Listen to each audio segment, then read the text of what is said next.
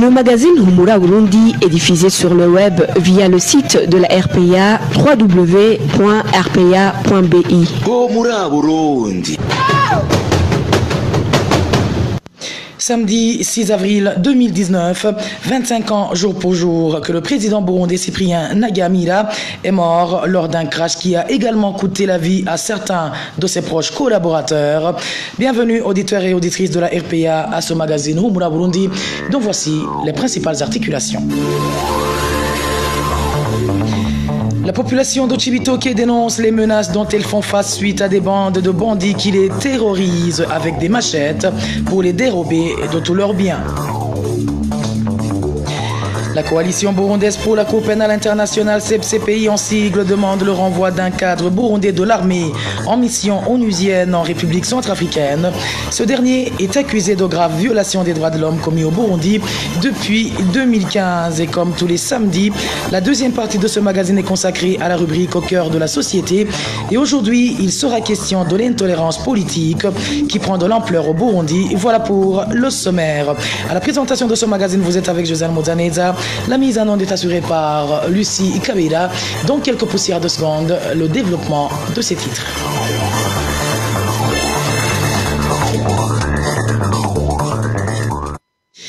Encore une fois, bienvenue. Débutons par cette page sécuritaire où les habitants de la zone Cibitoke, commune Nahangwa, dans la municipalité de Bujumbura, sont sous menace de gens armés et de machettes. Ces derniers tendent aux passants des embuscades au cours de la soirée pour leur dérober de tous leurs biens qu'ils ont sur eux, à défaut de les blesser. Ce qui étonne davantage les 10 habitants, les forfaits sont... Ce qui étonne plutôt davantage les 10 habitants, c'est que ces forfaits sont souvent commis non loin des positions policières ou militaires. Le point avec Janvier Nininazgui. En sus des vols dans les ménages qui sont devenus monnaie courante, un nouveau phénomène de banditisme se manifeste ces derniers jours dans la zone urbaine de Cibitoke. Nous sommes dans la municipalité de Bujumbura. Selon les habitants de cette zone, des individus qui portent des armes blanches, surtout des machettes, interceptent les passants vers le soir pour les dérober de tous leurs biens. Des fois, les victimes sont grièvement blessées par les boulots. Ce qui est à la fois paradoxal et inquiétant, soulignent les habitants de Cibitoke. Les forfaits sont commis dans les environs de la position de la police.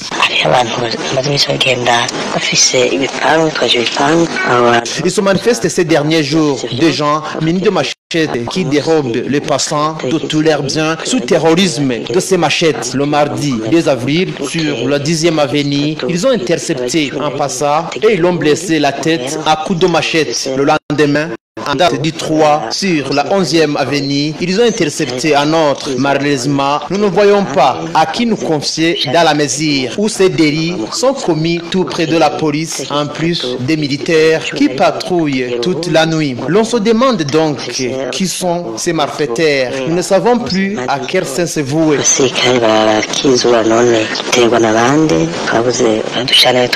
Les quartiers les plus visités par ces malfaiteurs sont notamment les quartiers 4, 5 et 6. Les habitants de la zone Cibitoke lancent à cet effet un appel pressant aux autorités administratives et celles en charge de la sécurité d'agir le plus tôt possible pour démanteler ces bandes de bandits.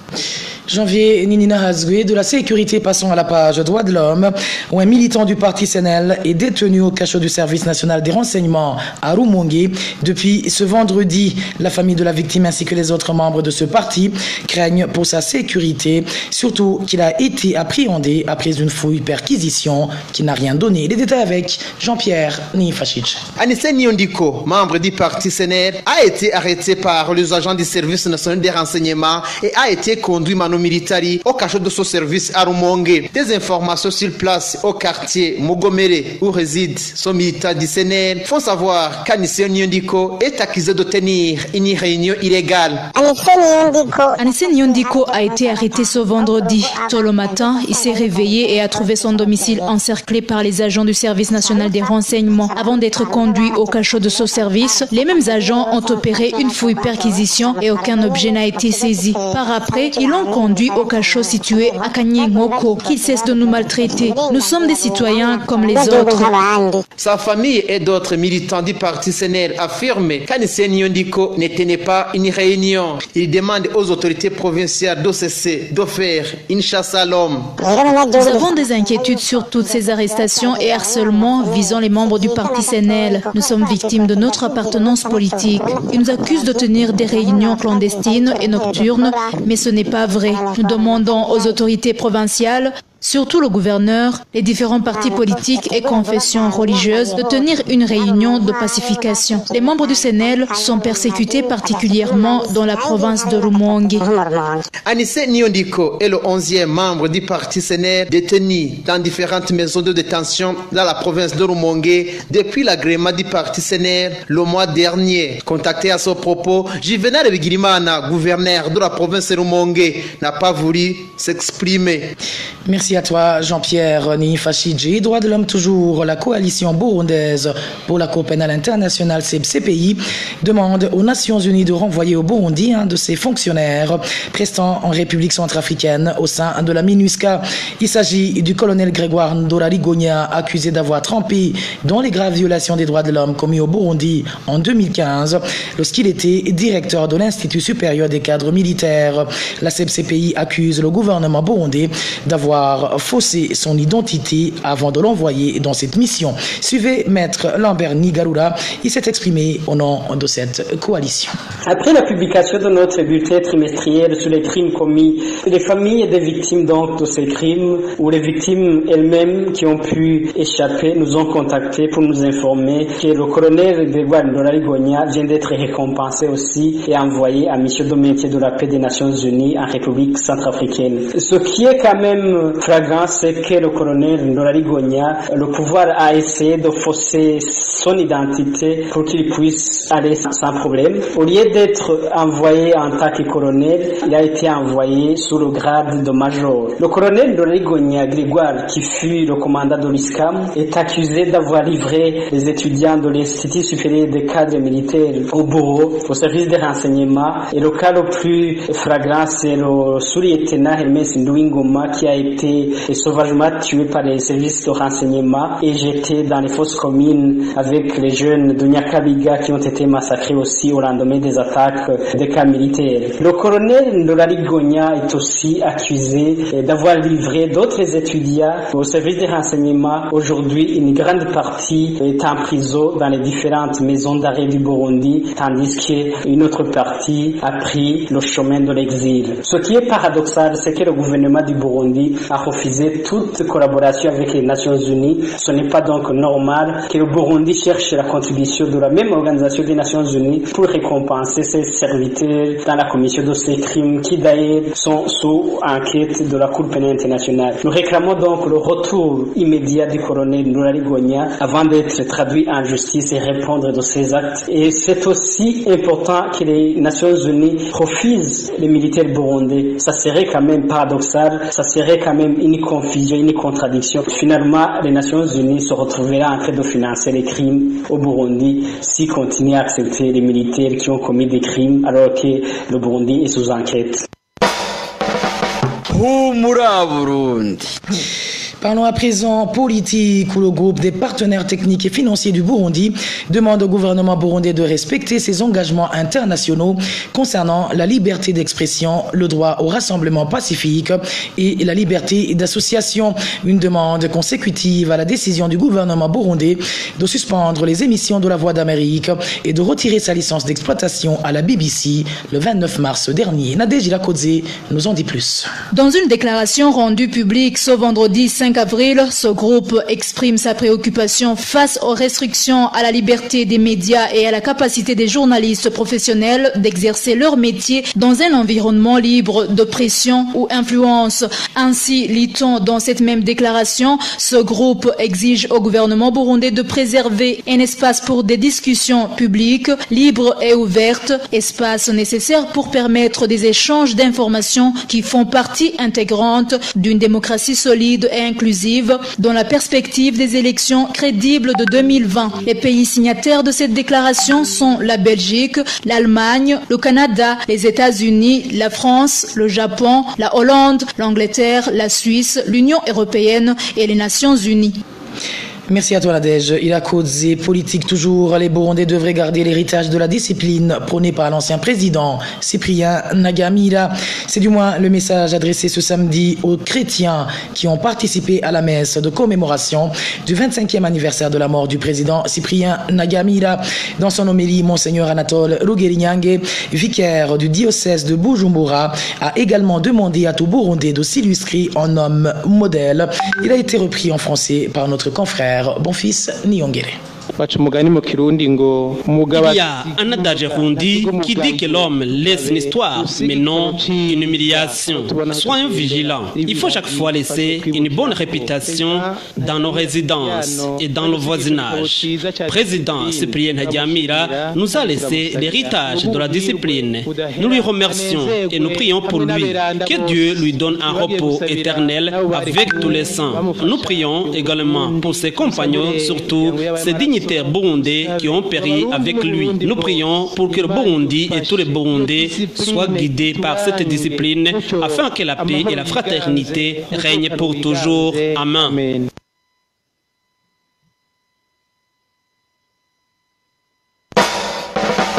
Humura Burundi. Poursuivons ce magazine par cette page éducation où le directeur provincial de l'enseignement à Rumonge vient d'annuler la mesure de renvoyer définitivement 2 élèves du lycée communal de Muyange situé en commune Urambi. Dans une correspondance adressée au directeur du lycée qui avait pris cette décision, ce responsable de l'éducation estime que les charges contre ces 2 élèves ne sont pas fondées. Les détails avec Balthazar Mibour. Ces élèves qui avaient été renvoyés définitivement du lycée communal de Muyange sont Vedastine Tuikeze et Athanasi Korichiza. Ils étaient accusés d'être attrapés en flagrant délit en train de commettre l'adultère dans la nuit du 8 mars. Dans une correspondance d'Adrien Sibomana, directeur de l'enseignement en province de Rumonge, adressée ce vendredi au directeur du lycée de Muyange, après avoir écouté les parents de ses élèves, il a trouvé les motifs de son renvoi définitif non fondé. Le directeur provincial de l'enseignement précise que ces élèves sont externes et que les éducateurs ne sont pas autorisés de les surveiller après les cours. Difficile de prouver leur adultère étant donné que ces élèves habitent le même home, mangent ensemble et font l'étude ensemble. Ainsi, ces 2 élèves doivent regagner l'école sans aucune autre forme de procès, a conclu le directeur provincial de l'enseignement. Balthazar Mibour. En page son site, on parle de grogne des chauffeurs de camions exerçant leurs activités en mairie de Bujumbura. Le manque criant du carburant de type mazout est à l'origine de ces lamentations. Une situation qui d'ores et déjà commence à créer une tension entre les chauffeurs et les propriétaires des camions d'une part et ceux qui louent ces camions d'autre part. C'est un reportage signé Bonfils Niyongere. Ces chauffeurs de camions de type Ben précisent que le manque de mazout s'observe depuis un certain temps sur toutes les stations-service de la mairie de Bujumbura. Pour le moment, le mazout se vend sur le marché noir à des prix exorbitants, ce qui peut après créer un mauvais climat entre les chauffeurs et les locataires des camions.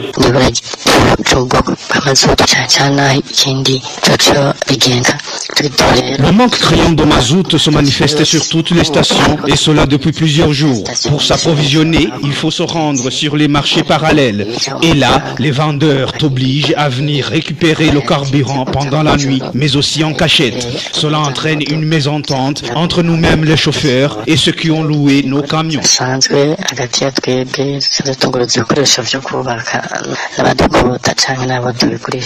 Ce même climat s'observe aussi entre ces chauffeurs et les propriétaires des camions pour ce qui est du versement. Nos patrons ne comprennent pas que nous ne travaillons presque plus vu qu'on passe plus de temps à la recherche du mazout. Donc ce ne sont que des problèmes. Si tu rentres, même près d'Ouille, dans nos familles, c'est également catastrophique car on manque de quoi nourrir nos enfants. Les chauffeurs de ces camions Ben demandent au gouvernement de faire tout son possible pour disponibiliser le carburant car ce métier constitue leur seul gagne-pain. Bonfils Niongiri. Hors de nos frontières, 22 réfugiés burundais du camp d'Omtendeli en Tanzanie ont été arrêtés par la police tanzanienne le matin de ce samedi. Ils fuyaient l'insécurité qui règne autour de leur camp et tentaient de rejoindre le camp de Kakuma se trouvant au Kenya. Le point avec Vicky Chris Nineletse. Le groupe des réfugiés burundais d'Omtendeli, arrêté par la police tanzanienne le matin de ce samedi, était composé de 6 hommes, 4 femmes et 12 enfants. Tous les 22 auraient planifié de se rendre dans le camp des réfugiés de Kakuma, comme le témoigne ce réfugié. C'était vers 7 heures du matin lorsque des réfugiés en provenance du camp d'Omtendeli ont été arrêtés par la police tanzanienne. Elle les a arrêtés à Kakonko et ils ont été acheminés dans le district de Kibondo.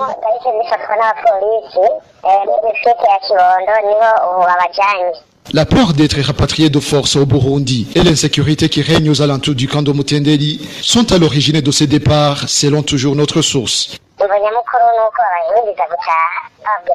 Le gouvernement tanzanien sensibilise les réfugiés pour rentrer chez eux, disant que maintenant au Burundi, il y a la sécurité, mais les réfugiés ne sont pas du même avis. Les réfugiés vivent dans de mauvaises conditions. On a fermé les marchés. Aux alentours du camp, il y a des groupes de malfaiteurs armés. Les femmes et les filles sont violées, les hommes sont tabassés sans secours. Ces réfugiés demandent au HCR et au gouvernement tanzanien de bien assurer leur sécurité ou de leur trouver un autre endroit où ils se sentiraient tranquilles. Il y a plus d'une semaine, la police tanzanienne a arrêté 30 réfugiés qui voulaient s'enfuir vers le camp de Kakuma au Kenya, mais ils ont été libérés par la suite. Merci à toi Vicky Chris Nineletse. Pour ceux qui viennent de nous capter, je vous rappelle que vous pouvez également retrouver ce magazine sur le site web de la RPA, le www.rpa.bi ou sur nos comptes Twitter, YouTube et SoundCloud. Place maintenant à la rubrique Au cœur de la société, un mini-magazine produite par la synergie des médias. Aujourd'hui, la RPA, la radio Inzamba et la télévision Renaissance vous parlent de l'intolérance politique qui prend de l'ampleur au Burundi. Au cœur de la société vous est présenté par Émile Nibasumba. Au cœur de la société. Au cœur de la société est une émission de tous les samedis, préparée en synergie par les radios Inzamba, Agate Kakawe, Radio RPA, Ijuya Wanyagihugu, ainsi que la radio-télévision Renaissance. Les élections approchent au Burundi. L'intolérance politique s'accentue également. Les politiques de l'opposition qui exercent encore sur le sol burundais dénoncent le manque de fair play des partisans du CNDD-FDD, le parti au pouvoir qui fait la pluie et le beau temps selon ses opposants. Toutes les parties ont leur mot à dire dans la rubrique Au cœur de la société de ce 6 avril 2019. La rubrique vous présentée par Émile Nibasumba. Ils sont malmenés dans presque tous les coins du pays. Les membres de l'opposition ne sont pas, par exemple, autorisés à se rassembler, comme le rapporte Ange Irakoze. C'est devenu monnaie courante un peu partout dans le pays. Les membres des partis politiques de l'opposition sont victimes de l'intolérance politique. Au nord du Burundi, en province d'Ongozi, c'est très fréquent dans les communes de Ruhororo et Nyamurenza. En commune comme Ruhororo, les gens se font tabasser, se font arrêter. Dernièrement à Nyamurenza, vous avez entendu une personne qui a été tabassée alors qu'il se rendait à l'hôpital. À Gitega, la capitale politique, le fait d'être ensemble pour plus de 2 membres de l'opposition est qualifié d'infraction. Dans Mgoga, Kwibuka, Rukoba, Mugwa, les Imbonerakure font des patrouilles pendant la nuit. Ils arrêtent les gens et les intimident. Quand plus de 2 membres de l'opposition se retrouvent ensemble, ça devient une infraction. À mairie de Bujumbura, quartier Kamesa de la zone Musaga, c'est encore un petit paradis. Dans notre quartier, c'est calme. Mais c'est un calme qui inquiète, surtout que les administratifs ont tendance à chercher à attiser la haine. Une chance que n'ont pas les membres du parti CNL dans la province Cibitoke au nord-ouest du Burundi. Non plus, ils n'ont pas cette chance, les membres de ce tout jeune parti politiques en province Rumongue au sud du pays. À part le parti de Gwassa, le parti Sarwania Frodebu signale également le non-respect de ces insignes ici et là au pays. Au niveau du Sarwania Frodebu, son porte-parole Phineas Nigaba confirme cette situation. Nous voyons nos drapeaux qui sont arrachés, nous voyons des réunions qui nous sont refusées, nous voyons nos militants qui sont arrêtés et emprisonnés arbitrairement. C'est pour cela que nous demandons à ce que tous ceux qui appliquent cette intolérance politique de s'amender afin qu'ils puissent changer et devenir des citoyens comme tant d'autres sans toutefois faire du mal ou bien empêcher les autres d'exercer leurs droits politiques. Mais les plus visés par cette intolérance politique sont les membres du Congrès national pour la liberté. Mais le ministère de l'Intérieur demande au parti d'Agathon Gwassa de respecter la loi avant de se plaindre. Le porte-parole de ce ministère, Tarsis Nyongabo, l'a déclaré ce jeudi au micro de la RTNB. Je me suis renseigné dans au moins 12 provinces où, soi-disant, les membres de ce parti ne sont pas autorisés à prester. Mais les gouverneurs de ces provinces m'ont signifié que le représentant de ce parti ne les a jamais approchés. Alors nous demandons au parti CNL de bien lire et de se conformer aux lois régissant les partis politiques au Burundi. Il ne faut pas donc qu'ils continuent à organiser des réunions dans des provinces et communes où ils n'ont pas encore de représentants.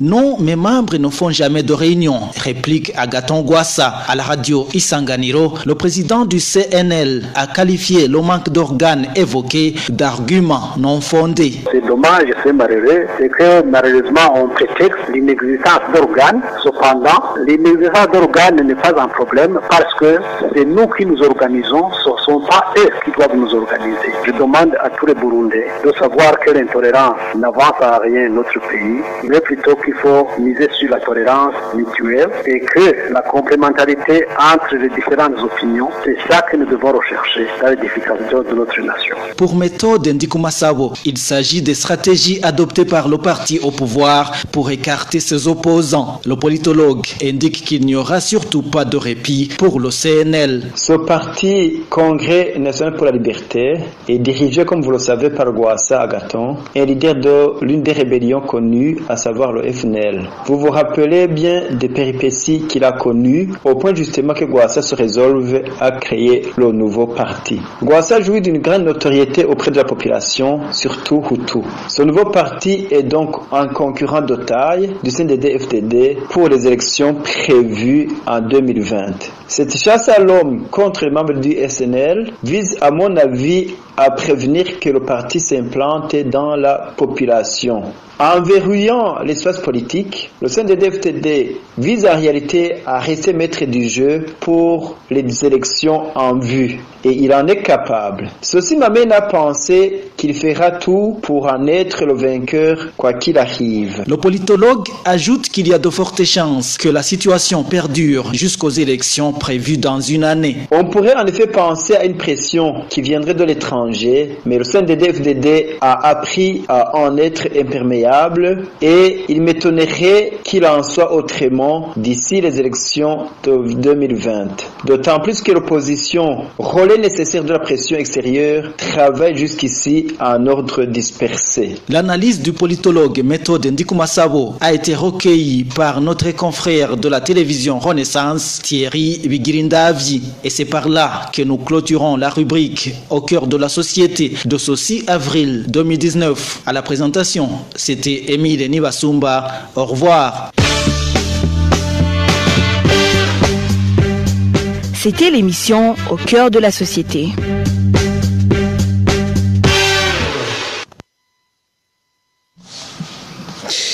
Et voilà, Émile Nibasumba, c'est sur cette rubrique Au cœur de la société que nous mettons un point final au magazine Humura Burundi de ce samedi 6 avril 2019.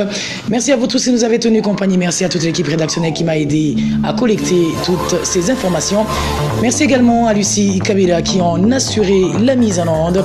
Sans oublier Jean-Pierre Nifachidje qui est de l'autre côté technique qui nous aide à faire passer ce magazine en direct sur notre page Facebook. À la présentation, vous étiez avec Josiane Mouzaneza. Excellente soirée chez vous.